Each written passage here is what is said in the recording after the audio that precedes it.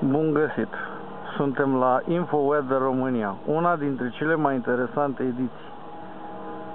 În primul rând, suntem în luna ianuarie.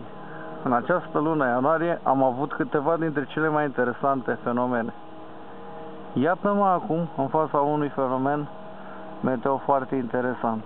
Un fenomen meteo care este cunoscut sub numele de Sundog.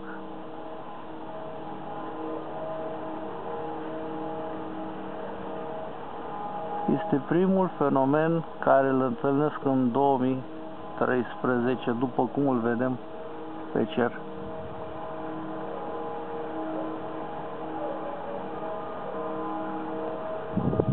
Această ediție este o ediție specială în care vă arăt acest fenomen.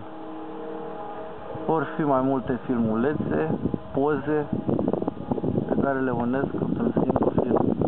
Vom vedea împreună pe canalul de YouTube al meu.